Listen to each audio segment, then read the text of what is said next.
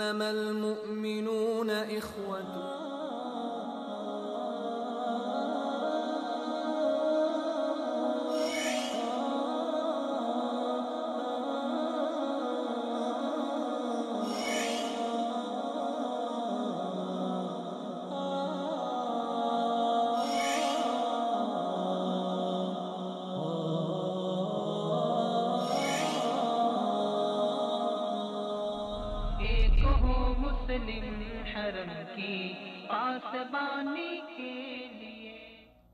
السلام علیکم ورحمۃ اللہ وبرکاتہ. ناظرین، پروگرام ایک ہوں مسلم کے ساتھ آپ کا میزبان عبداللہ عالمزیب حاضر خدمت ہے.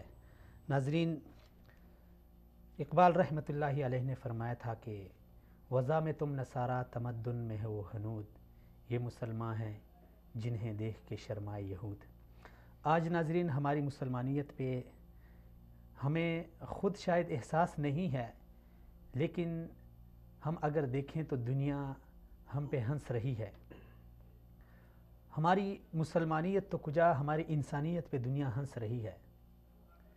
کیسے عجیب ہم انسان رہ گئے ہیں، کیسے عجیب ہم مسلمان رہ گئے ہیں کہ جس دین کے ہم ماننے والے ہیں، جس اسلام کے ہم پیروکار ہیں، اس دین نے جو انسانیت ہمیں سکھلائی تھی اور جو مسلمانیت ہمیں سکھلائی تھی، آج ہم اس سے کوسوں دور ہیں.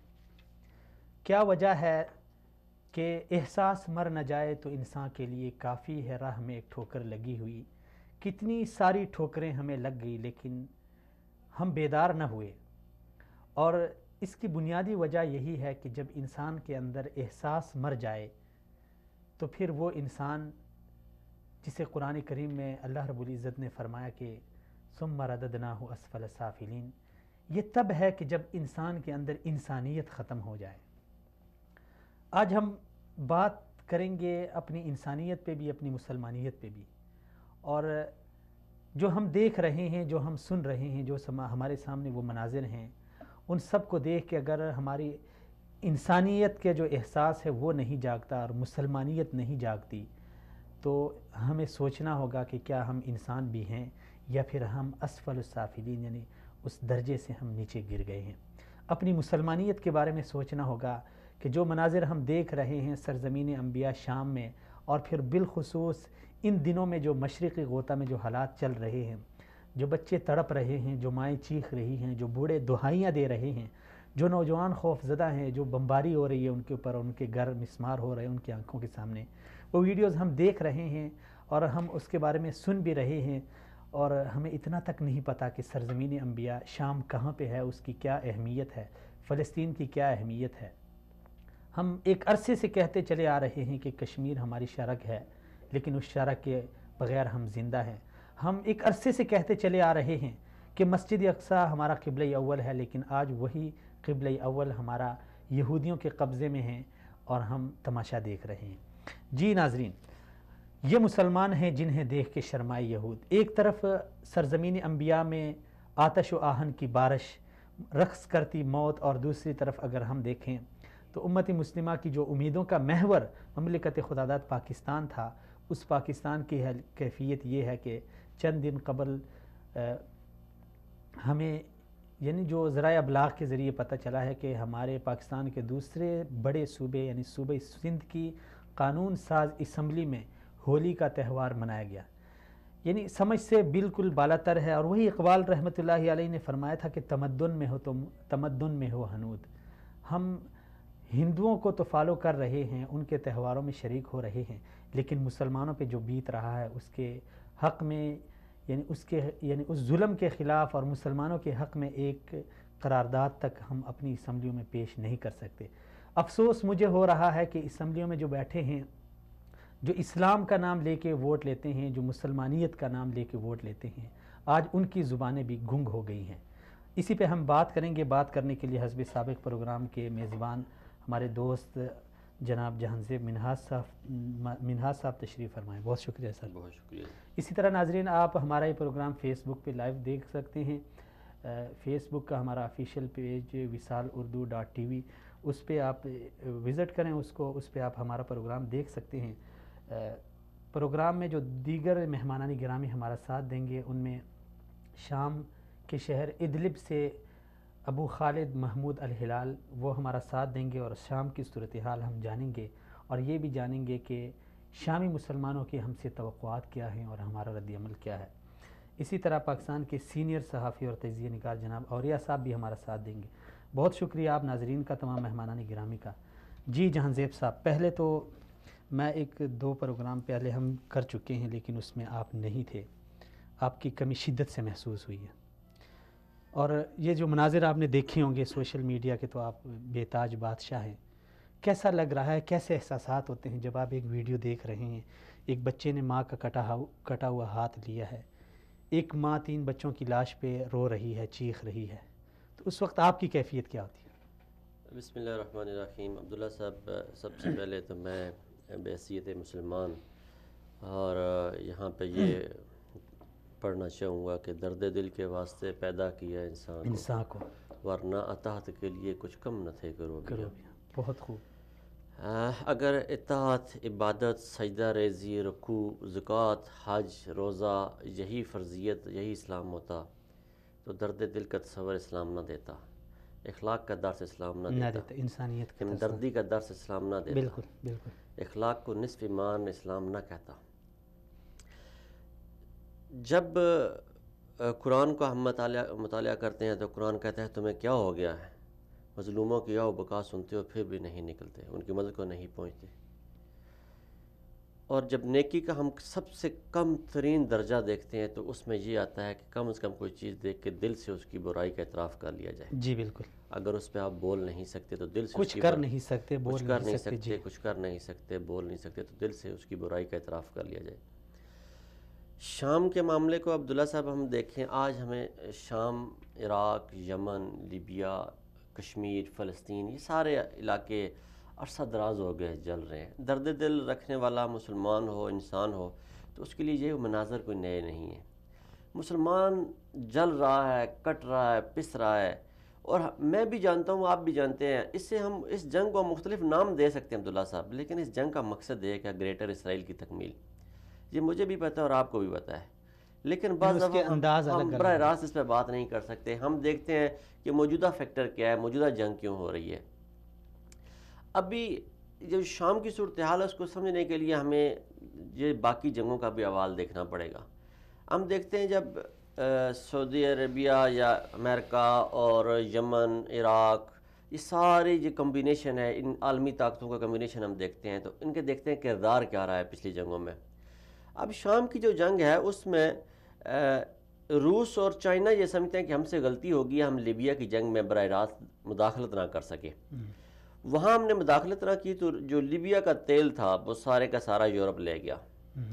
عراق کی جنگ میں وہ کہتے ہیں ہم نے مداخلت نہیں کی، عراق کا تیل جو ہے وہ سارے کا سارا امریکہ لے گیا۔ جی اب یورپ اور امریکہ کے قبضے میں 2 ممالک آنے کے بعد اب یہ آتش کدوں کے پجاری جو ہیں چین اور روس، یہ اس در پہ ہیں کہ کسی طریقے سے مڈل ایسٹ میں ہماری جو اجارہ داری ہے وہ قائم رہے۔ اب جو روس کے تعلقات ہیں مڈل ایسٹ میں، جو روس کی صورتحال ہے وہ بڑی پرانی ہے۔ اگر آپ جغرافیائی حدود کا مطالعہ کریں اور جغرافیائی لحاظ سے اسلامی خطے کا، مڈل ایسٹ کا مطالعہ کریں تو آپ کو روس کی جڑیں بڑی قدیم نظر آتی ہیں اس خطے میں۔ چائنا بھی نیا آیا ہے، چائنا کو ابھی کچھ کر کے دکھانا پڑے گا تب دنیا اس کی طاقتوں میں مانے گی۔ اور جو روس ہے وہ اپنا کردار ادا کر رہا ہے، اور وہ کسی طریقے سے یہ نہیں چاہتا کہ جو شام ہے یہ امریکی یا یورپی قبضے میں چلا جائے، یہاں پہ امریکی یا یورپی کوئی اپنا اثر و رسوخ دکھا سکیں۔ اس کے لیے اب وہاں پہ امریکہ جو ہے وہ جو دوسری سنی فورسز ہیں ان کو اسلحہ دے رہا ہے، ان کو وہ حمایت کر رہا ہے، لیکن اس سے نقصان یہ ہو رہا ہے کہ شام کی گلی کوچوں میں بچے مر رہے ہیں۔ اب یہ جنگ میں پہلے بھی بہت دفعہ کہہ چکا ہوں کہ ہم منافقت کا لبادہ کسی نہ کسی صورت میں نے اور بے شمار لوگوں نے پہنے ہوا ہے۔ ہم اسے براہ راست ہم یہ کہتے ہیں جی کہ فرقہ واریت کو شاید ہم ہوا دے رہے ہیں۔ یہ اب جنگ جو ہے جو شام میں لڑی جا رہی ہے یہ علاقے کی جنگ سے زیادہ اب سنی اور شیعہ کی جنگ ہے۔ ایک طرف ایران اپنی مستی دکھانا چاہتا ہے، خطے کا بادشاہ بننا چاہتا ہے۔ ایران یہ دکھا رہا ہے کہ عراق پہ بھی اس کا قبضہ ہے، یمن پہ بھی اس کا قبضہ ہے، لیبیا پہ اس نے اپنا اثر رسوخ قائم کر لیا، سوڈان تک اس نے اپنی جڑیں پھیلانے کی کوشش کی تھی. آپ کو پتہ ہے سوڈان نے اس پہ پابندی لگا دی ایران کی سرگرمیوں پہ. اور اب شام کا علاقہ جو ہے وہ بشار الاسد وہ یہ سمجھتا ہے کہ شیعہ مسلک سے تعلق رکھنے والا ایک وہ صدر ہے، تو وہ اس کی حمایت کر رہا ہے. لیکن اگر اسی جگہ وہاں دوسری طرف اگر دوسری فورسز کو سپورٹ کی جائے تو دنیا چیخ اٹھتی ہے کہ یہ سنی فورسز کو سپورٹ کی جا رہی ہے، شاید سعودی عربیہ کی طرف سے یا امریکہ کی طرف سے. لیکن اصل میں جہاں بھی جو بھی فورسز جس کو بھی سپورٹ کر رہی ہیں، مار اس میں مسلمان رہا ہے.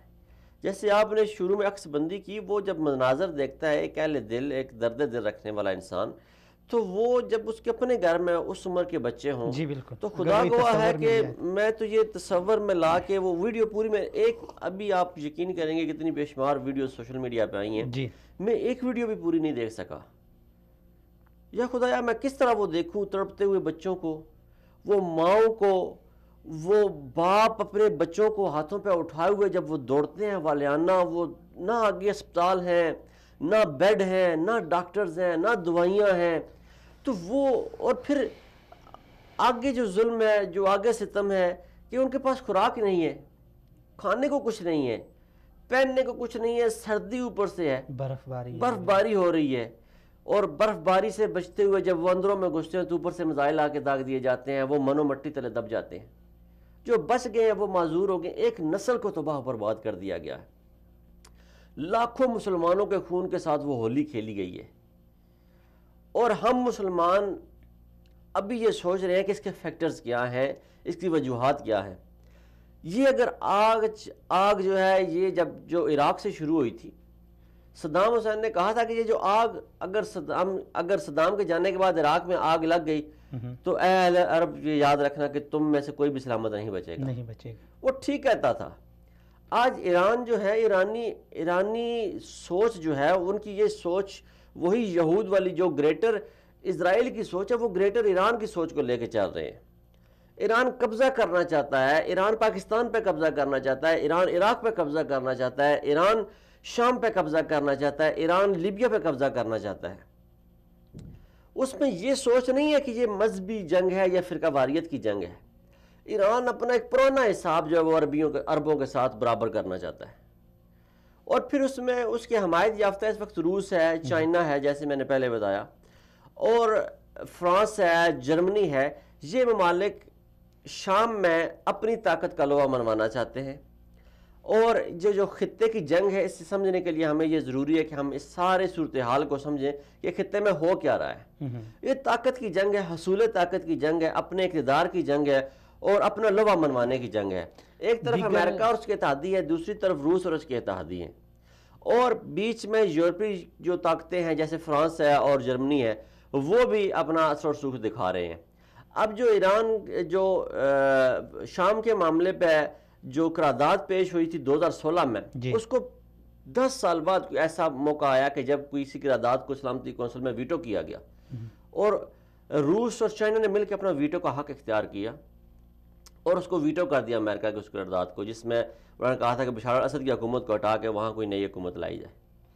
تو وہ ویٹو کرنے کا مقصد یہ تھا کہ امریکہ کو بتانا کہ ہم بھی یہاں پہ ہیں، ہمارا بھی اثر و رسوخ ہے، ہم بھی طاقت رکھتے ہیں اور ہم بھی اس خطے میں پارٹنر ہیں، اور ہمارے اقدار کو، ہماری طاقت کو تسلیم کیا جائے. اچھا، تو کہا یہ جاتا ہے کہ یہ جو ممالک ہیں جتنے بڑے یہاں پہ طاقتیں ہیں، انسانیت کی سب سے بڑی جو نام نہاد علمبردار ہیں یہی طاقتیں ہیں.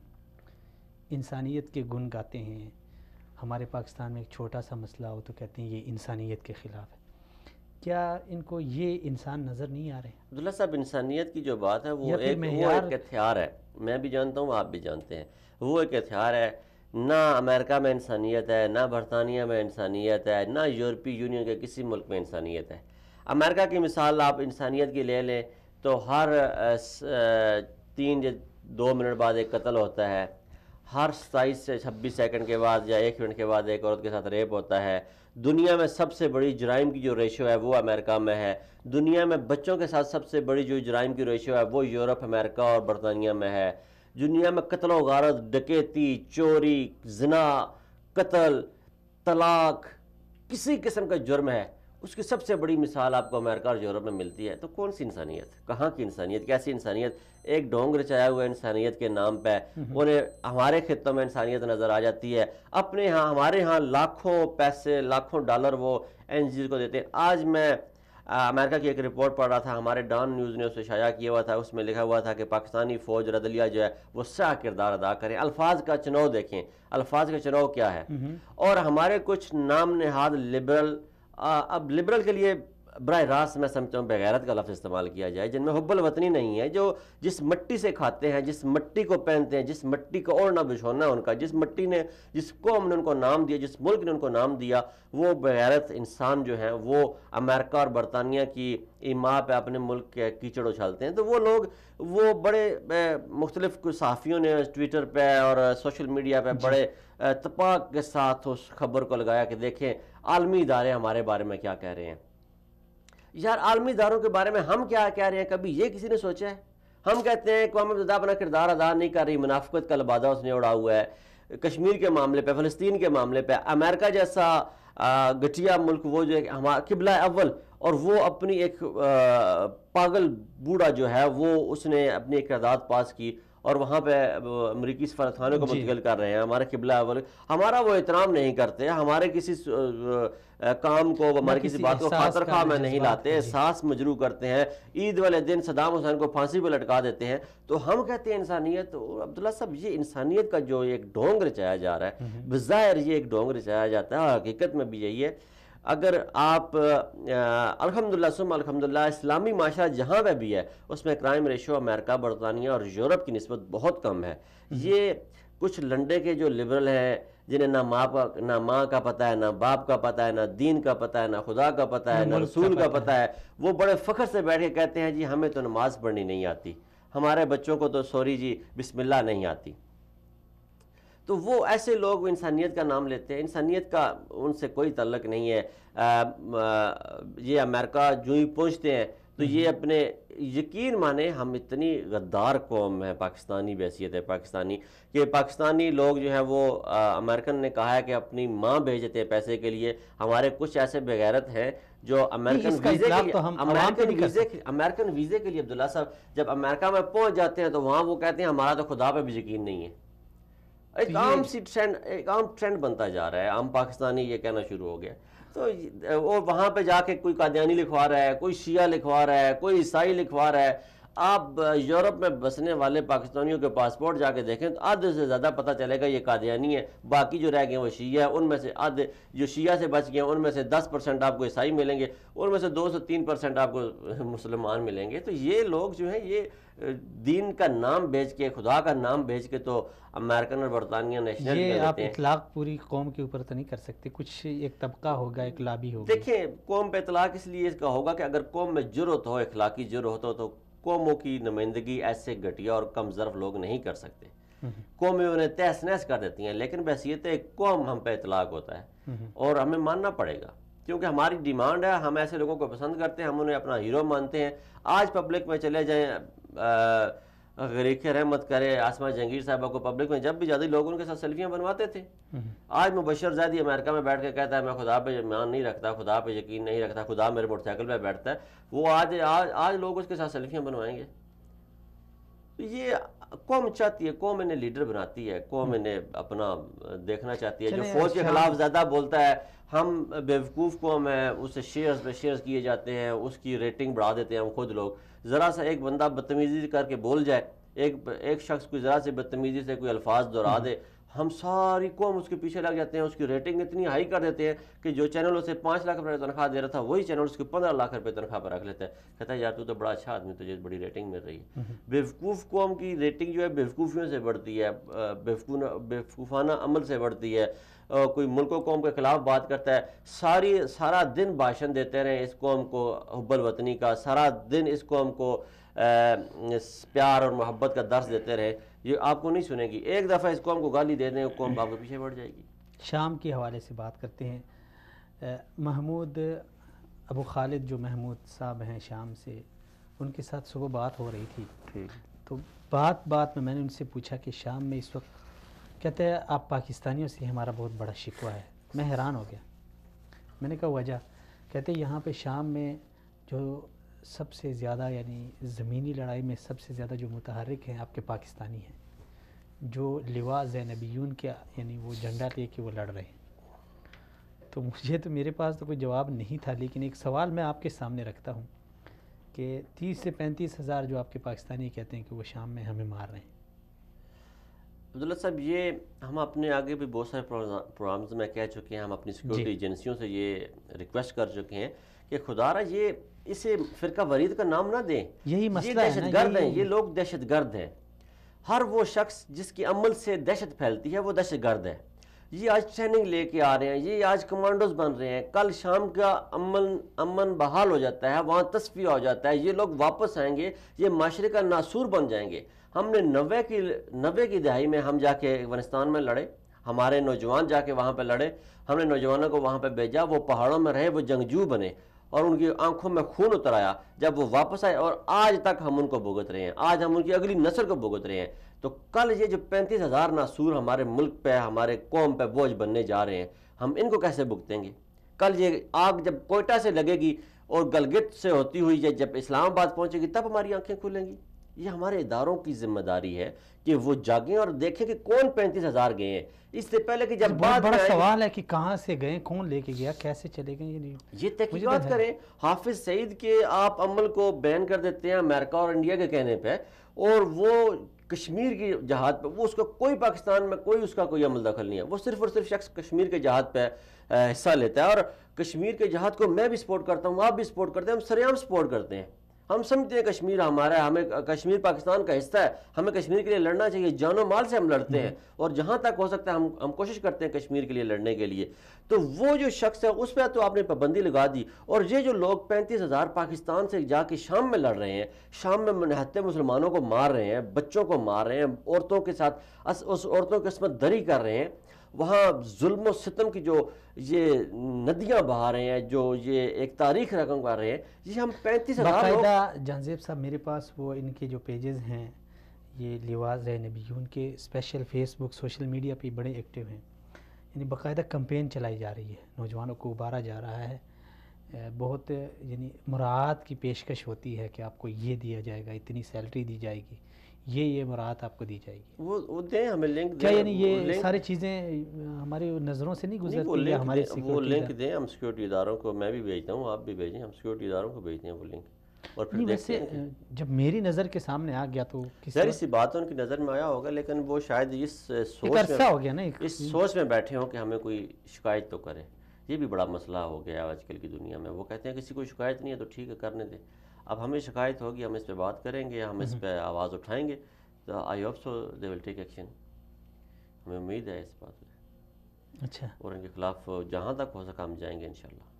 تو جو امیدیں محمود ابو خالد محمود صاحب کہتے ہیں پاکستانی قوم نے ہر وقت جہاں پہ بھی مسلم امہ پہ ظلم زیادتی ہوئی ہے پاکستانی قوم نکلی ہے, لیکن اس بار بہت خاموش ہو گئے ہیں. مشرق غوطہ میں یعنی بہت میں ہوا یہ ہے عبداللہ صاحب کہ اس دفعہ جو قوم کے ساتھ مسئلہ یہ ہے کہ ایک طرف یعنی ایک زمانہ تھا کہ ایک چھوٹے چھوٹے مسئلے پہ ہم نکلتے تھے, یعنی اپنے ایک طاقت کا مظاہرہ کرتے تھے. اس وقت ہم نکلیں کیا کہ ہمارے سابق وزیر اعظم مجھے کیوں نکالا کہ روداد سنا رہے ہیں سڑکوں پہ, عمران خان دوسری طرف سڑکوں پہ نکلے ہوئے ہیں, کہتے ہیں میں رلاؤں گا تمہیں, اور تیسری طرف زرداری صاحب ہیں وہ سینٹ کی سیٹوں کے پیچھے بھاگ رہے ہیں, مولانا فضل الرحمان صاحب اپنے اقتدار کی کرسی سنبھالنے کی کوشش میں ہیں کہ کسی طریقے سے میرے اقتدار کو دوام بخشا جائے اور میں بچ جاؤں. جماعت اسلامی جو ہے وہ اپنی بقا کی جنگ لڑ رہی ہے. تو جو انٹرنیشنل معاملات ہیں ان سے تو یہ لوگ آ رہی ہیں, بے خبر ہیں, انہیں پتہ ہی کوئی نہیں کیا ہو رہا ہے کیا نہیں ہو رہا. انہیں اپنے جو کرتوت ہیں ان کی وہ بقا کی ان کی جنگ لڑ رہے ہیں, ان سے چھٹکارا حاصل کرنے کی کوشش کر رہے ہیں. کوئی کرپشن سے لڑ رہا ہے, کوئی شادیاں کر رہا ہے, کوئی سینٹ کے سیٹوں کے پیچھے جا رہا ہے, کوئی اپنی سیاسی موت سے بچنے کی کوشش کر رہا ہے.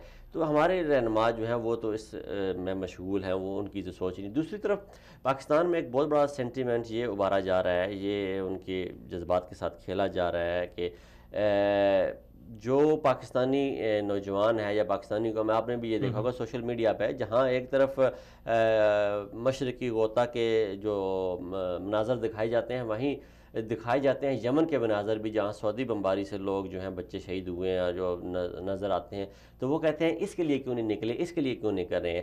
تو یہ وہی جنگ ہے جو فرقہ واریت کی جنگ ہے، جس کی طرف میں اور آپ بڑے عرصے سے اشارہ کر رہے ہیں. وہ پاکستان کے گلی کوچوں میں پہنچ چکی ہے. اب وہ چنگاری جو ہے وہ سلگ رہی ہے. اس نے آخری اپنے وہ بم تک پہنچنا، اور کسی دن بلاسٹ ہونا ہے. وہ جس دن بلاسٹ ہوگی پھر اللہ نہ کرے شاید ہمیں یہ مناظر دیکھنے پڑیں جو ہم شام میں دیکھ رہے ہیں، جو ہم نے عراق میں دیکھے.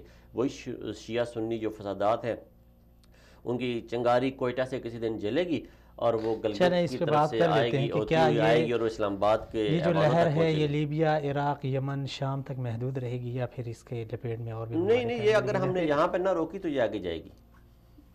چلیے اس پہ بات کر لیتے ہیں. یہاں پہ ناظرین ایک وقت ہوا ایک شارٹ بریک کا. بریک کے بعد واپس آتے ہیں اور بات یہیں سے آگے بڑھاتے ہیں. مہمانان گرامی کو بھی بریک کے بعد ہم کال کریں گے. ہمارے ساتھ رہیں. انما المؤمنون اخوة.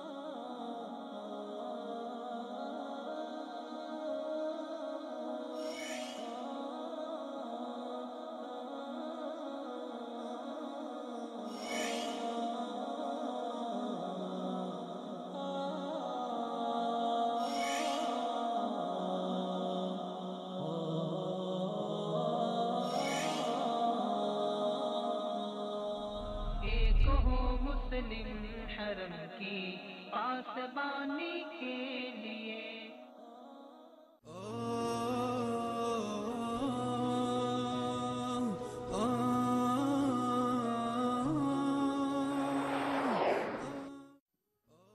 خلافتی عثمانیہ کے سقوط کے بعد تسلسل سے اسلامی ممالک کے خلاف گریٹ گیم کا آغاز کیا جا چکا ہے. عالمی اسلام کے خلاف اس زمینی، فضائی، میڈیائی اور پروپیگنڈے کی جنگ کی صدارت امریکہ، اسرائیل، بھارت اور ایران کر رہا ہے. فلسطین، شام، عراق، برما، افغانستان، یمن اور دیگر اسلامی ممالک کو جانی، مالی، معاشی اور ذہنی نقصان پہنچانے کے لیے آئے روز نت نئے حربے استعمال کیے جا رہے ہیں. شام کے حالیہ واقعات نے امت مسلمہ کو جس حالت زار سے دوچار کیا ہے، تاریخ کے اوراق شاید اس کا احاطہ نہ کر سکیں. ابھی فلسطین، برما کی حالت زار پر پرنم آنکھیں خشک نہ ہونے پائی تھی کہ شام کے تاریخی اور جنت نظیر شہر مشرقی غوطہ کے بارے میں ذرائع ابلاغ سے موصولہ اطلاعات نے انسانیت کو خون کے آنسو رلا دیا. مجبور، بے کس اور محصور مسلمانوں پر آتش و آہن کی بارش نے اس شہر کو کھنڈرات میں تبدیل کر دیا ہے.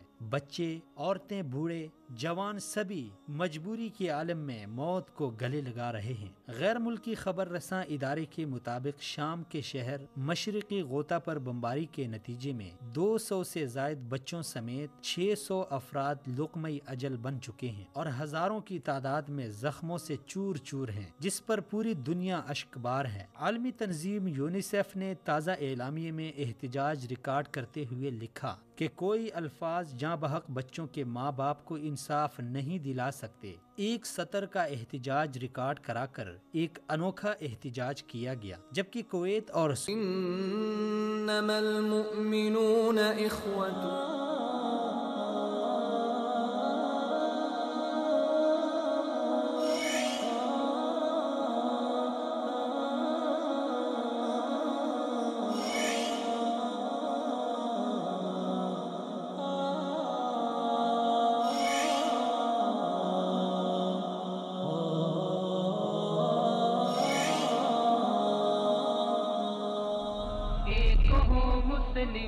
حرم کی پاسبانی کے لیے. ویلکم بیک ناظرین، ایک بار پھر آپ ناظرین کو خوش آمدید. ناظرین، ہم بات کر رہے ہیں سرزمین انبیاء میں جو رقص کرتی موت اور ہماری بے حسی. اسی حوالے سے ہمارے مہمانان گرامی اس وقت شام سے ہمارے ساتھ فون کال پہ موجود ہیں، ان کو لے لیتے ہیں. السلام علیکم ورحمۃ اللہ. السلام علیکم. وعلیکم السلام ورحمۃ اللہ وبرکاتہ. محمود صاحب بہت شکریہ، سلامت رہیں، آپ نے ٹائم دیا. محمود صاحب، ہم بات کر رہے ہیں شام میں، خاص کر ابھی جو مشرقی غوطہ میں جو صورتحال ہے، سب سے پہلے تو ہم آپ سے وہاں کی صورتحال، کیونکہ آپ کل پرسوں وہاں گئے بھی ہیں ادلب سے وہاں، اور آپ نے وہ ساری حالت اور سچویشن آپ نے دیکھی ہے، ذرا آپ مختصر سا ہمیں وہاں کی صورتحال بتا دیں، پھر آگے بات بڑھاتے ہیں۔ السلام علیکم ورحمۃ اللہ وبرکاتہ۔ السلام ورحمۃ سب سے پہلے غوطہ کدھر ہے اور کیا ہے؟ جی الغوطہ دمشق کے نزدیک کے اور دمشق کے اطراف میں موجود مختلف شہروں اور دیہی علاقوں کو کہا جاتے ہیں۔ جی اس کے دو حصہ میں، شرقی اور غربی۔ جی یہاں تقریباً 5 لاکھ لوگ آبادی یہاں ہے، اور تقریباً 6 اور 7 شہروں ہے: دوما، حرستہ، عربین، نشابیہ، زملکا، جوبر اور کچھ گاؤں بھی ہے۔ جی اور غوطہ آزادی ملا ہے 2011 میں، یعنی تقریباً 6 سال پہلے، اور پچھلے 5 سالوں سے یہ علاقہ محاصرہ ہے۔ 5 سال سے کوئی طعام، کوئی کھانا، کوئی دوا ضرور اندر نہیں سکتا۔ جی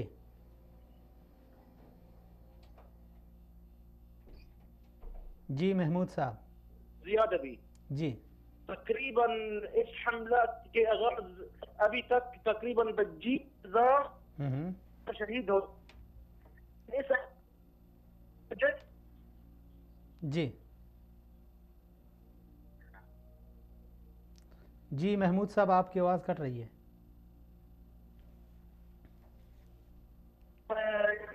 زخمی بہت ہے، یعنی تقریباً تو اور زیادہ۔ جی ہم آپ کو دوبارہ سے کال ملا لیں گے محمود صاحب، آپ ذرا ایسی جگہ پہ تشریف لے جائیں جہاں پہ سگنل صحیح آپ۔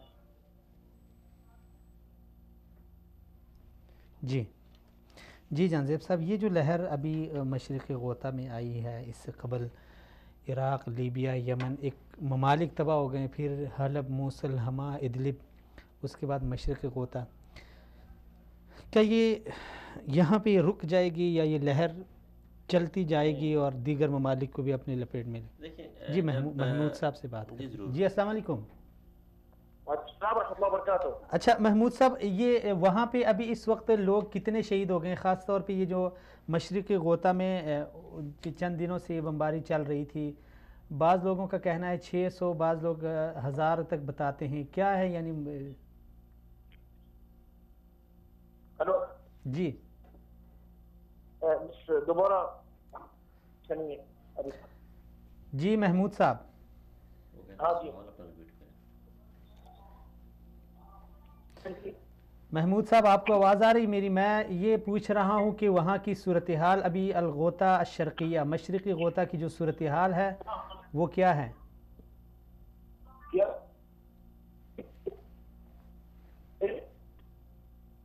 غوطہ یعنی جنگی حملہ ہوتے ہیں۔ جی ہوتے ہیں، ہزاروں شہید ہو گئے، ہزاروں زخمی ہو گئے، بمبارے کر رہے تھے۔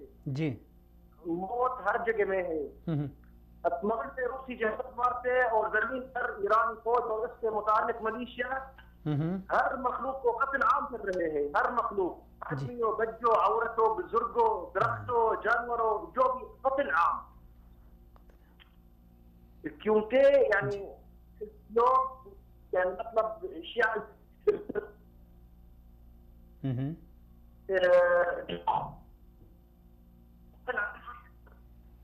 ان کے اعتقاد رکھے ہیں، اس کا اعتقاد رکھے ہیں، اور مہدی جو جھوٹ ایمان میں جو اختفا کر رہے ہیں وہ جلد ظہور کرے گا۔ جی اور بہت متعدد ملیشیا اسلام کے ساتھ، بہت متعدد ملیشیا ایرانی،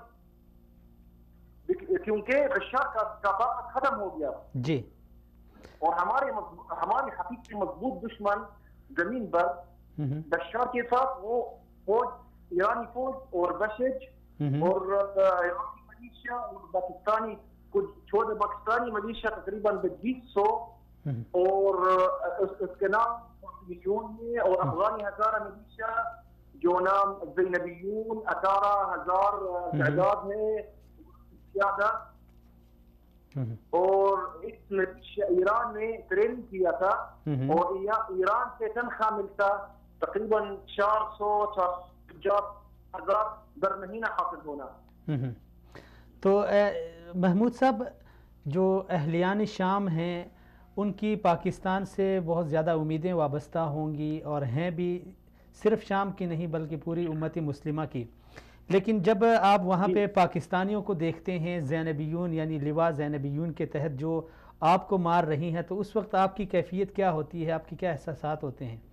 یعنی پاکستان کے بارے میں آپ کیا سوچتے ہوں گے؟ نبی صلی اللہ علیہ وسلم کا ارشاد فرمایا الغوطہ قطاف المسلمین. جی بالکل، مطلب الغوطہ مسلمین کا مرد جگہ ہے. جی. اور ہم افسوس ہے کیونکہ تمام ممالک اکثریت خاموش ہے، اس جرم پر خاموش ہے.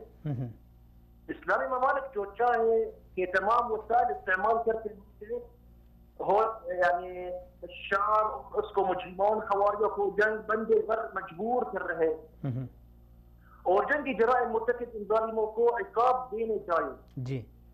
اور یعنی سلاح سب سے بڑا سلاح دعا.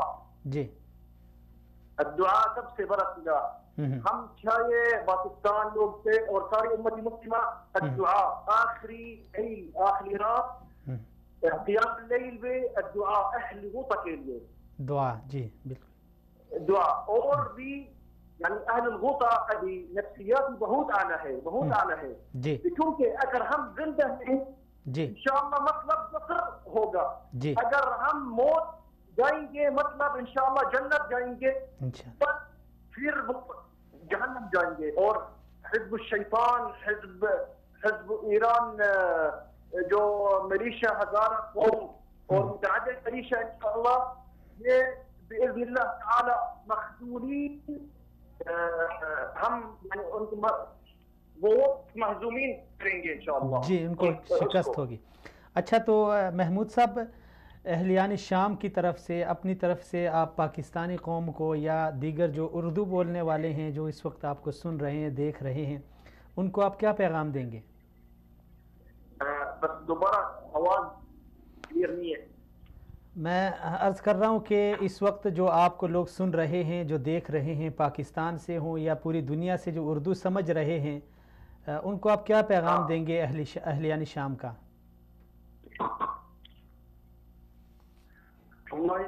یعنی جو بھی اگر تو جو بھی استطاعت ہے جو بھی مدد ہم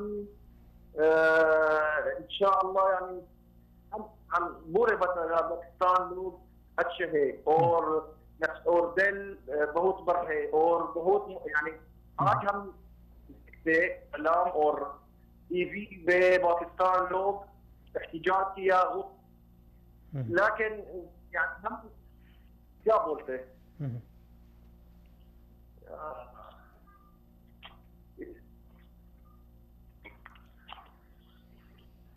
جی محمود صاحب بہت شکریہ، سلامت رہیں. آپ کے یہاں سگنل کا مسئلہ ہے، پھر انشاءاللہ آپ سے کسی دن بات ہوگی. جی منہاج صاحب یہ لہر جو آپ نے باتیں، یہ ویسے ان کا جگرا ہے یہ لوگ کس طرح، یعنی یہ دیکھیں ادلب، یہ ادلب سے ہیں محمود صاحب، اور یہ ادلب میں جو ہوا وہ بھی ہم نے دیکھا، پھر حلب میں جو ہوا وہ بھی ہم نے دیکھا، غوطہ میں جو ہوا، اور یہ غوطہ بھی گئی، انہوں نے سارے مناظر دیکھے. ویسے ان لوگوں کا تو جگرا ہے لیکن کہ برداشت بھی کر رہے ہیں اور ان کو پتہ بھی ہے کہ ہم شہید ہوں گے تو جنت میں جائیں گے. لیکن ہمارا بھی تو ایک امتحان ہے، ایک فرض ہے. کل وہ کوئی ایک ویڈیو تھی، مجھے اب اس کی سمجھ نہیں آئی لیکن وہ مجھے لگ ایسے رہا کہ طیب اردگان کی ویڈیو، وہ ان سے شامی انہوں نے وردی پہنی ہوئی ہے، شامی بچی انہیں کہتی ہے کہ آپ شہید ہو جائیں گے، تو وہ طیب اردگانوں سے آگے سے کہتا ہے کہ ہر کوئی شہید نہیں ہوتا، شہادت کے مرتبے پر کوئی فائز نہیں ہوتا. ارے واہ. تو یہ اہل ہوتا اور اہل شام کی یہ خوش نصیبی ہے کہ اس دور میں پرفتن دور میں شہادت انہیں نصیب ہو رہی ہے، اور وہ اس فخر کے ساتھ کہ انہیں یہ بھی پتہ ہے کہ جنت میں جائیں گے انشاءاللہ وہ جنت ان کا ٹھکانہ ہے. اور بے شک جنت ایسے ہی لوگوں سے بھری جائے گی، اور خدا نخواستہ ہم بدعمالوں کی وجہ سے ہم جہنم کا ایندھن بنیں گے. بات یہ ہے عبداللہ صاحب کہ اس وقت جو صورتحال ہے، یہ جو جنگ ہے یہ خالی ہم نے کبوتر کی طرح آنکھیں موند لیں. جب عراق میں یہ جنگ چھڑی تو ہم نے کہا یہ صرف عراق تک رہے گی. پھر جب یہ جنگ یمن میں داخل ہوئی تو ہم نے کہا صرف یمن میں رہے گی. جب پھر یہ جنگ لیبیا میں شام میں داخل ہوئی تو ہم نے کہا یہ وہیں پہ رہے گی. یہ ہماری خام خیالی ہے. یہ جنگ ہمارے گھروں تک آئے گی. اس جنگ نے آنا ہے. اس ایران کی طاقت کو توڑنا ہوگا، روکنا ہوگا اور اسے اہل اسلام سے خارج کرنا ہوگا. اسلامی ممالک کو یہ اپنا اتحاد دکھانا ہوگا اور یہ بتانا ہوگا کہ دے آر ناٹ مسلم، وہ ہمارے ساتھ نہیں ہے. یہ ظلم و بربریت کے مسلمان معصوم بچوں کو، یار ہم تو وہ لوگ ہیں جو ہم کہتے ہیں کہ کافر کو بھی نہ مارو. ہمارا اسلام تو وہ مذہب ہے کہ جنگی اصول، درخت نہیں کاٹنا، بوڑھے بزرگ اور بچوں کو نہیں مارنا. تو یہ کون سی جنگ لڑ رہے ہیں جہاں جاتے ہیں بوڑھے بزرگوں اور بچوں کو مارتے ہیں اور درختوں کو بھی وہ کاٹ رہے ہیں؟ کیا وہ یہودی بن گئے ہیں کہ وہ زیتون کے درختوں سے ڈرنا شروع ہو گئے کہ یہ گواہی دیں گے ان کے خلاف؟ یہ کیا کر رہے ہیں؟ یہ کون سے امام کی پیروی کر رہے ہیں؟ کون سے دین کی پیروی کر رہے ہیں؟ کون سے اسلام کا لبادہ اوڑھ کے یہ لوگ اس طرح ظلم و بربریت کو؟ اور پھر جہاں تک ہم نے جب ظلم و بربریت کے خلاف آواز بلند کرنی ہے تو عبداللہ صاحب ہمیں بلا تفریق کرنی ہوگی. ہمیں یہ بتانا ہوگا کہ یمن میں بھی ظلم و بربریت ہو رہی ہے، وہاں پہ بھی جو جنگی جہاز گولے برسا رہے ہیں وہاں ان میں بھی معصوم بچے مر رہے ہیں. پھر ہمیں بتانا ہوگا کہ کشمیر میں بھی ظلم و بربریت ہو رہی ہے. ہمیں بتانا ہوگا کہ فلسطین میں ظلم و بربریت ہو رہی ہے. پھر ہم جب تفریق کریں گے تو پھر یہی حال ہوگا. آج ان کے بچے مرے ہیں، کل میرے بچے مریں گے. اس آگ نے ہر کسی کو لپیٹ میں لے لینا ہے. اس آگ سے نپٹنے کے لیے ہمیں حکمت عملی اپنانی ہوگی، مسلم اتحاد کے بارے میں سوچنا ہوگا اور اسے عملی جامہ پہنانا ہوگا. یہ نہیں کہ 32 42 52 ممالک کی اتحاد فورس ایک بنا دی، ایک نام رکھ دیا، جھنڈے لگا دیے، دنیا کو بتا دیا اور عملی طور پہ کچھ بھی نہیں ہوا. یار یہ ظلم و بربریت دو ممالک آ کے کہاں سے دیکھیں نا. اب میں نے ساری صورتحال کو بتائی کہ امریکہ نے عراق میں اپنی مستی دکھائی، فرانس اور جرمنی نے لیبیا میں دکھائی، اور شام میں جو ہے روس اور چائنا دکھا رہے ہیں. تو مسلم ممالک کا کردار کہاں پہ ہے؟ ترکی کہاں پہ ہے؟ پاکستان کہاں پہ ہے؟ سعودی عربیہ کہاں پہ ہے؟ ان کا کیا کردار ہے؟ وہ کیا کردار ادا کر رہے ہیں؟ ان کا کردار کدھر ہے؟ بھائی ہمارے ملک، ہمارے مسلمان، ہمارے بچے، ہماری عورتیں، ہماری بیٹیاں، ہماری مائیں وہ کٹ رہی ہیں، ان کے اعضاء کٹ رہے ہیں، ان کی عصمت دریاں ہو رہی ہیں، اور ہم یہ سوچ رہے ہیں کہ یہ جنگ ہمارے گھر تک نہیں پہنچے کہ ہم اپنے گھر کو محفوظ کریں. ہم اپنی سرحدوں کو محفوظ کرنے میں لگے ہوئے ہیں. ہمیں جس طرح سرحدوں کو کراس کرنا ہوگا. میں ذرا شاید ایک بات ہم میرے سے متفق ہوں گے. ہم جتنے ممالک یہاں پہ تہس نہس ہو گئے، تباہ و برباد ہو گئے، ان کو اگر ہم جائزہ لے لیں، لیبیا، عراق، شام، یمن، اس میں جو ہمارے پڑوسی ملک نے مداخلت کی ہے اس وقت کی ہے جب اس نے اندرونی طور پہ اپنے کارندے بنائے. جی شام میں اس نے، اب یہ پاکستان کے لیے بہت بڑا سوالیہ نشان ہے. پاکستانی اداروں کو، پاکستانی انٹیلیجنس اداروں کو جو طالبان سے لڑ رہے تھے وہ کل انہیں ایرانی ملیشیا کے خلاف لڑنا پڑے گا. انہیں مزاحمت کا سامنا کرنا پڑے گا. انہیں وہ اسلحے کی کھیپیں روکنی ہوں گی جو بلوچستان کے ذریعے پاکستان سے ہوتی وہ گلگت بلتستان تک پہنچ رہی ہیں. ابھی ہم نے دیکھا نہیں پارا چنار میں کیا ہوا ہے. پارا چنار میں ایک بھی سنی گھر نہیں رہا، وہاں سے سنیوں کو نکال باہر پھینکا انہوں نے. یار ایک آزاد سٹیٹ میں جس کی 10-12 لاکھ آرمی ہے وہاں یہ کیسے ممکن ہوا؟ پھر آرمی بریگیڈیئر، آرمی کمانڈر پہلی دفعہ پاکستان کی تاریخ میں علاقہ مکینوں کے کہنے پہ تبدیل کیا گیا، فقط اس لیے کہ اس کا نام عمر تھا. فقط اس لیے کہ اس کا نام عمر تھا. یار ہم کیا کر رہے ہیں؟ ہم کس کو آواز دے رہے ہیں؟ ہم کس طرف جا رہے ہیں؟ ہمیں سوچنا ہوگا. یہ ویسے گھنٹی خطرے کی گھنٹی ہے. یہ بہت بڑی خطرے کی گھنٹی، اور ان اداروں کے لیے، ان سیکیورٹی ایجنسیز کے لیے جو ملک کے پاسبان ہیں، جن کے جو نوجوان 23 سالہ نوجوان، 24 سالہ 26 سالہ نوجوان روز بارڈر پہ سینے پہ گولیاں کھاتے ہیں، شہادت کے مرتبے پہ فائز ہوتے ہیں. قوم، پوری قوم مشک بار ہوتی ہے، ان کے ساتھ شانہ بشانہ قوم کھڑی ہے، کندھے سے کندھا ملا کے کھڑی ہے. وہ جو قوم کے سیلاب آئے تو ساتھ کھڑے ہیں، قوم میں زلزلہ آئے تو ساتھ کھڑے ہیں، الیکشن ہو تو وہ ڈیوٹیوں پہ دے رہے ہیں، پولیو کی وہ ڈیوٹیاں دے رہے ہیں، مردم شماری کی وہ ڈیوٹیاں دے رہے ہیں. تو ہماری ان سے ہاتھ جوڑ کے اپیل ہے کہ خدا را اس طرف بھی سوچیں اور دیکھیں کہ 35,000 نوجوان ہمارا کس طرح عراق اور شام اور لیبیا کی جنگ کا ایندھن بنا. کل وہ نوجوان جب واپس آئے گا تو اس سے ہم کس طرح ڈیل کریں گے, اس سے کون سے قید خانوں میں ڈالیں گے, اسے کون سے صحبت خانوں میں ڈالیں گے, اور جب ہم انہیں قید میں ڈالیں گے, ہم انہیں جیل میں ڈالیں گے, ہم انہیں ریہیبلیٹیشن سینٹرز میں ڈالیں گے, تو کیا ان کے گھر والے احتجاج نہیں کریں گے؟ مسنگ پرسن کا دوبارہ شور ہوگا, نہیں بلند ہوگا کیا کہ یہ امریکہ, برطانیہ, فرانس, جرمنی اور روس کی انسانی حقوق کی تنظیمیں آواز بلند نہیں کریں گی؟ یہ ماروی میمن اور ماروی سرمد خاموش بیٹھیں گی؟ یہ موم بتی مافیا ہمارے پاس خاموش بیٹھے گا؟ نہیں بیٹھے گا. ان کے لیے پھر آپ کو ابھی سے حکمت عملی تیار کرنی ہوگی اور انہیں جانے سے روکنا ہوگا.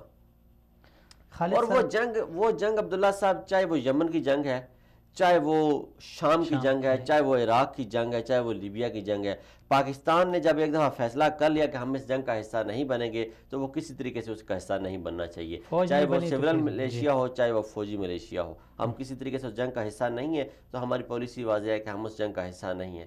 That's it. ہمیں اپنے آپ کو واضح کرنا ہوگا. اور جب یہ شامی مسلمانوں کو یہ گلہ نہیں پہنچنا چاہیے کہ آپ کے 35,000 لوگ یہاں پہ جنگ لڑ رہے ہیں, ہمیں مار رہے ہیں. یعنی وہ پاکستان جس سے امیدیں تھی امت کو, شام کو, فلسطین کو, وہ یعنی اس طرح کی باتیں کر کے بہت دل دکھی ہو جاتا ہے. آخر میں چلے بات کرتے ہیں, جب بھی کسی سے بات کریں تو وہ یہی سوال ہوتا ہے, اور یہی سوال میں اکثر اپنے مہمانوں سے پوچھتا رہتا ہوں کہ اہلیان شام کے لیے ہم کیا کر سکتے ہیں بحیثیت ایک پاکستانی, بحیثیت پاکستان. ہمیں فی الوقت تو یہ ہے کہ ان کے کھانے پینے کا سوچنا, انہیں کپڑوں کو سوچنا ہے, اور ان کی امداد کسی طریقے سے کرنی ہے. دعا کا انہوں نے کہا ہے, دعا سے آگے کام بڑھ کے عملی طور پہ ہمیں کرنا ہوگا. اور جب تک عبداللہ صاحب, میں یہ ہمیشہ کہتا ہوں کہ کوئی بھی عمل جب تک میں اپنی ذات سے شروع نہیں کرتا تب تک وہ عمل نہیں ہوتا. ابھی فی الوقت ان کی ضرورت ہے, انہیں گرم کپڑے پہنچائے جائیں, انہیں خوراک پہنچائی جائے. ان کے پاس کھانے کو کچھ نہیں ہے, پینے کو پانی نہیں ہے, رہنے کو شیلٹر نہیں ہے, پہننے کو کپڑے نہیں ہیں. تو اس سردی میں, اس وقت جب ہم موج مستیاں منا رہے ہیں, ہماری پارلیمنٹس میں ہولی منائی جا رہی ہے, تو وہاں خون کی ہولی کھیلی جا رہی ہے. خدا رہا ان کے بارے میں سوچیں, ایٹ لیسٹ قرارداد پاس کریں نیشنل اسمبلی سے, صوبائی اسمبلیوں سے, سینٹ سے, اور ان کے لیے دعا کریں, اور قوم کو ایک ترغیب دیں کہ ان کے لیے کچھ نہ کچھ اکٹھا کر کے حکومتی تحویل میں, حکومتی اداروں کی تحویل میں ان کے لیے کچھ نہ کچھ بھیجیں. اور حکومت کو چاہیے کہ وہ خود سامنے آئے, ان کے لیے ایک فنڈ قائم کرے. اور گورنمنٹ آف پاکستان کو چاہیے جہاں ہم نے اتنے مہاجرین کو رکھا ہوا ہے وہاں پہ اناؤنس کریں کہ ہم شامی مہاجرین کو خوش آمدید کہتے ہیں, انہیں اپنے ملک میں بسائیں, اپنے ملک کے ریگستانوں کو ان سے آباد کریں. وہ ویسے بھی عرب کے لوگ ہیں, ریگستانوں کے رہنے والے لوگ ہیں, انہیں آباد کریں, انہیں اپنی جگہ دیں, انہیں آبادی دیں. ملک ریاض صاحب آگے بڑھیں, وہ 200 مکانوں کا اعلان کر دیں, 200 فیملیوں کو وہ رکھ لیں. DHA ہمارے پاس فوج کا ادارہ ہے, فوج آگے بڑھے, 500 کا وہ اعلان کر دیں. پرائیویٹ ہاؤسنگ اسکیم والے وہ ایک مکان اناؤنس کریں, ایک پلاٹ اناؤنس کریں. جو عام گھروں میں لوگ رہتے ہیں وہ مہاجرین مدینہ, وہ انصار مدینہ کی یاد تازہ کریں. وہ کہیں ہم اپنا آدھا گھر ان کو دیتے ہیں, آدھا گھر میں خود آباد ہوں. اس طرح اگر ہم امت کے درد کو سوچیں گے, امت کے درد کے لیے اپنے درد سمجھیں گے, ایک جسم کی مانند ہم بنیں گے, تو پھر یہی حالت ہے کہ امت کو ہم آباد کر سکیں گے. لیکن پھر یہ یاد رکھیں کہ انہیں یہ اس بات پہ فورس کریں اور اس بات پہ مجبور کریں, چاہے وہ فلسطینی ہو, چاہے وہ شامی ہو, چاہے وہ لیبیائی ہو, چاہے وہ عراقی ہو, سے کہیں کہ اپنی خدا را اپنی سرزمین مت چھوڑو کفار کے لیے, مر جاؤ, اسی میں دفن ہو جاؤ, اسی مٹی میں ہو جاؤ, لیکن اپنی زمینیں, اپنے گھر, اپنے آباء و اجداد کی جگہ کو مت چھوڑو. اگر تم نکل گئے تو وہاں پہ یہودیہ کے آباد ہو جائیں گے. یہ تم ایرانیوں کا آباد نہیں کر رہے, تم مجوسیوں کا آباد نہیں کر رہے, تم ایرانی ملیشیوں کو آباد نہیں کر رہے, تم وہاں پہ یہودیوں کے لیے جگہ خالی کر رہے ہو. سوشل میڈیا پہ ایک بات بڑی گردش کر رہی ہے, میں چاہ رہا ہوں کہ اس کے حوالے سے آپ تھوڑی سی وضاحت کر دیں. ابھی یہ خبر مصدقہ ہے یا نہیں ہے, لیکن میں نے 2-4 جگہ پہ پڑھی تھی کہ کچھ دن قبل سندھ اسمبلی میں ہولی کا تہوار منایا گیا. بڑے یعنی وہاں پہ ڈول کے تھاپ پہ رقص ہوئے, رنگ ایک دوسرے کے اوپر بکھیر دیے گئے. تو یعنی لوگ اس کو لے کے وہاں سے کچھ پکچر لے کے پھر شام کی وہ لے کے ایک پوسٹ بنا کے شیئر کرتے ہیں. تو وہ بالکل عجیب سی صورت ہوتی ہے. دیکھیں جی, وہ پاکستان ایک آزاد ملک ہے, اور پھر ہر اسمبلی کا اپنا اپنا ایک, محترمہ بی بی کا جو موٹو تھا وہ بھی ایسی تھا, وہ لبرل نظریات کی حامل تھیں. ان کا بیٹا جو آگے سے آیا ہے, اور پھر جو ان کے شور ہیں وہ بھی اسی طرح کے خیالات کے وہ حامل شخصیت ہیں. تو تو اہل ایران کے ساتھ ان کی بڑی جاریاں ہیں، اور پھر وہ یہ بھی سمجھا جاتا ہے کہ جیسے بشار الاسد شام میں ہے، پاکستان میں جو پیپل پارٹی ہے وہ اہل ایران کی حمایت یافتہ ایک جماعت ہے، اور اس کا سربراہ جو ہے وہ اسی مسلک سے تعلق رکھتا ہے، تو وہ اس کو سپورٹ کرتے ہیں. اور یہ لبرل قسم کے لوگ ہیں، ان کے نزدیک یہ دین اور یہ اسلام اور یہ چیزیں معنی نہیں رکھتی. خدا نخواستہ مجھے کہتے ہوئے بڑی شرم محسوس ہوتی ہے، لیکن دین کے ساتھ ان کا کوئی تعلق نہیں ہے. یہ دین کی روح سے واقف لوگ نہیں ہیں. یہ کبھی وہ گو ماتا کے آگے وہ موم بتیاں جلا رہے ہوتے ہیں. پھر مثالیں اگر کچھ بات کی جائے تو مثال یہ دی جاتی ہے کہ آپ نہیں بولتے دبئی میں مندر بن گیا ہے، آپ نہیں بولتے سعودی عربیہ میں کیا ہو رہا ہے. بھائی ہر ملک کا اپنا اپنا قانون ہے، جی ہم پاکستانی، ہم پاکستان کے اپنے رسم و رواج ہیں. ہم نے اپنی قبر میں جانا، انہوں نے اپنی قبر میں جانا ہے. ہم کسی کے عمل کے جواب دہ نہیں ہیں. کسی ملک میں سنیما نہیں تھا تو اچھی بات تھی، اب بن گیا تو بری بات ہے. ٹھیک ہے، کسی ملک میں مندر نہیں تھا تو اچھی بات تھی، بن گیا تو بری بات ہے. اسلام کے خلاف سرگرمیاں ہوں گی وہاں پہ، سنیمے میں ناچ گانا ہی ہوگا. بھائی وہ کسی ملک میں بھی جائز نہیں ہے، وہ کسی جگہ بھی جائز نہیں ہے. تو وہ ہر شخص کا اپنا فعل، اپنا عمل ہے، اپنی پالیسی سے. ہم تو پاکستان کی بات پاکستان کی بات کرنی ہے اور پاکستان کے حوالے سے ہم نے جواب دینا ہے، اور ہم نے اپنے حوالے سے جواب دینا ہے. تو کوشش یہ کریں کہ بحیثیت قوم ایسے کام مت کیے جائیں جس سے قوم کے اقدار کو ٹھیس پہنچے، جس سے قوم کے دل زخمی ہو، جس سے ایک بہت بڑا طبقہ مکتبہ فکر جو ہے وہ سوچنے پہ مجبور ہو جائے کہ یہ قوم کو آپ کس طرف لے کے جا رہے ہیں. تو یہ ہولی کا تہوار منانا، ہم یہ ان سے کہیں گے کہ یہ کل ایک قرارداد پاس کرے اور ریکویسٹ کرے انڈیا میں جہاں پاکستان سے زیادہ مسلمان رہتے ہیں کہ وہ عید کا تہوار جا کے کسی اسمبلی میں منائیں. تو پھر ہم انہیں دیکھ لیں گے، ان سے جواب طلب کر لیں گے. ان کو سمجھ لگ جائے گی، انہیں پتہ لگ جائے گا وہ کتنی نفرت کرتے ہیں. وہ عوام مسلمان بچوں کو ذبح کر دیا، ان کے سینے سے دل نکالے جاتے ہیں، بزرگوں کی داڑیاں کاٹی جاتی ہیں، انہیں گائے ماتا کا پیشاب پلایا جا رہا ہے. تو یہ لوگ تہوار منا رہے ہیں ہولی کا، اور ہندوؤں کے ساتھ یہ محبت کے پینگے چڑھا رہے ہیں. شرم آنی چاہیے انہیں، یہ سوچنا چاہیے. ان بابری مسجد کی جو شہادت میں جو شہید مسلمان ہوئے ان کی دل آزاری کرتے ہیں، وہاں جو مسلمان ظلم و ستم کا نشانہ بنتے ہیں ان کی دل آزاری کرتے ہیں. خدا را ایسا نہ کرے. مسلمانوں کے لیے کچھ کر نہیں سکتے تو کم از کم ان کے جذبات کے ساتھ نہ کھیلیں. بہت شکریہ جان زیب صاحب، سلامت رہیں. ناظرین آپ کا بھی بے حد شکریہ.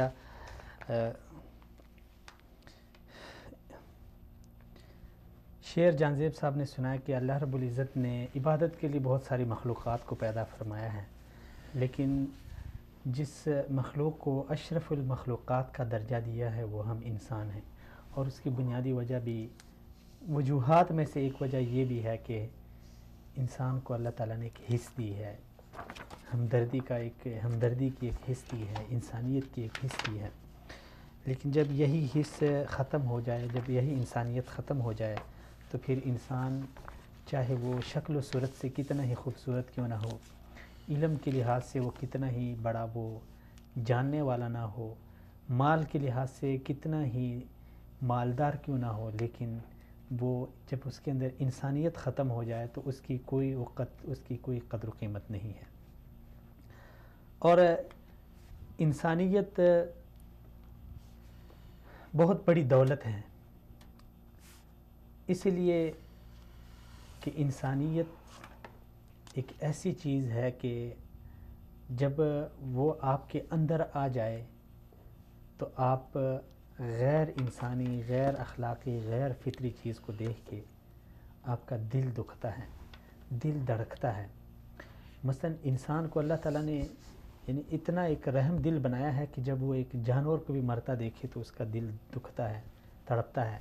لیکن آج ہماری انسانیت پہ بالکل یعنی مجھے شک ہو رہا ہے کہ تڑپتی انسانیت جانور نہیں، انسان تڑپ رہے ہیں، چیخ رہے ہیں، چلا رہے ہیں، لیکن ہماری انسانیت نہیں جاگتی.